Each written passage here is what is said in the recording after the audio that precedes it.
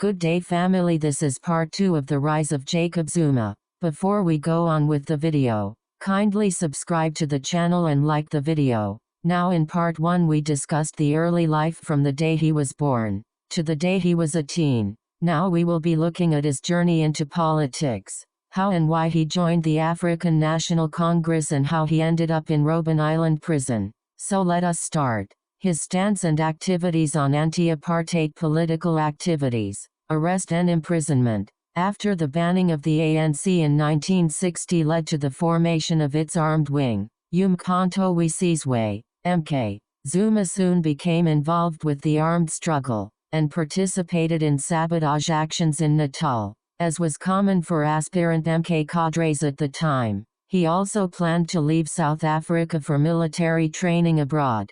During this period, he came under the influence of a relative, Abed Zuma, and Stephen Lamini and Moses Mabhida, who were leading figures in SACTU. Zuma began attending evening political classes under the tutorship of Mabhida and Lamini, over a period of 3 years. Eventually, in 1963, Zuma was recruited as an active member of MK by Mabhida. A plan was conceived by MK to send 45 new recruits to Zambia aboard the Freedom Ferry for military training. Zuma was part of this group. However, the plan was uncovered by the security police who organized an operation to arrest the group. In June 1963, as the group embarked on a journey to Botswana, Zuma, alongside others, was arrested in the Group Mariko area near Zeerust, in the Western Transvaal, now Northwest Province. Zuma was detained under the 90-day detention law in solitary confinement at Hercules Police Station before being transferred to the Hercules Police Station near Pretoria.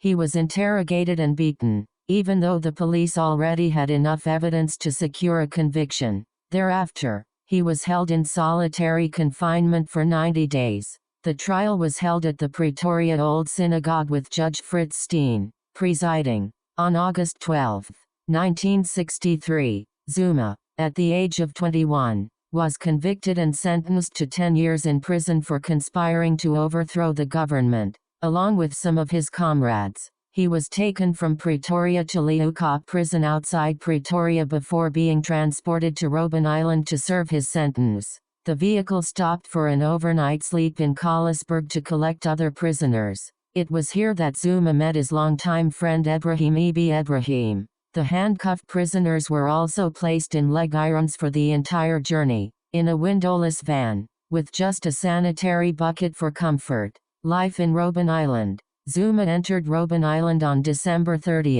1963, sharing a communal cell with a group of between 30 and 50 other prisoners, washing in cold water. Prisoners only got hot water in 1973, and eating boiled mealies, maize, 3 times a day. African prisoners were given a different diet from the collared and Indian prisoners on the island. For the 10 years that he was on Robben Island, Zuma never received a single visitor. His mother, on her domestic worker's salary, was scarcely able to afford the fare. Cognizant of this fact, Zuma wrote to her, telling her to rather keep her income to look after his brothers and sisters. Together with other prisoners on the island, Zuma worked in the bluestone quarry digging and crushing slate for the construction of more prison cells. He was among the prisoners from Natal who initiated political study groups. He also served in a number of positions in ANC structures, which included being a group leader, a public relations officer, cell leader and chairman of the political committee, organizing political discussions. After prisoners fought for more rights in prison, sport was eventually permitted. Zuma took advantage of this new dispensation and played soccer whenever he could. He even became captain of the Rangers, the Robben Island team for which he played. He was also part of a choral and traditional dance group, as well as playing table tennis and chess and participating in athletic events.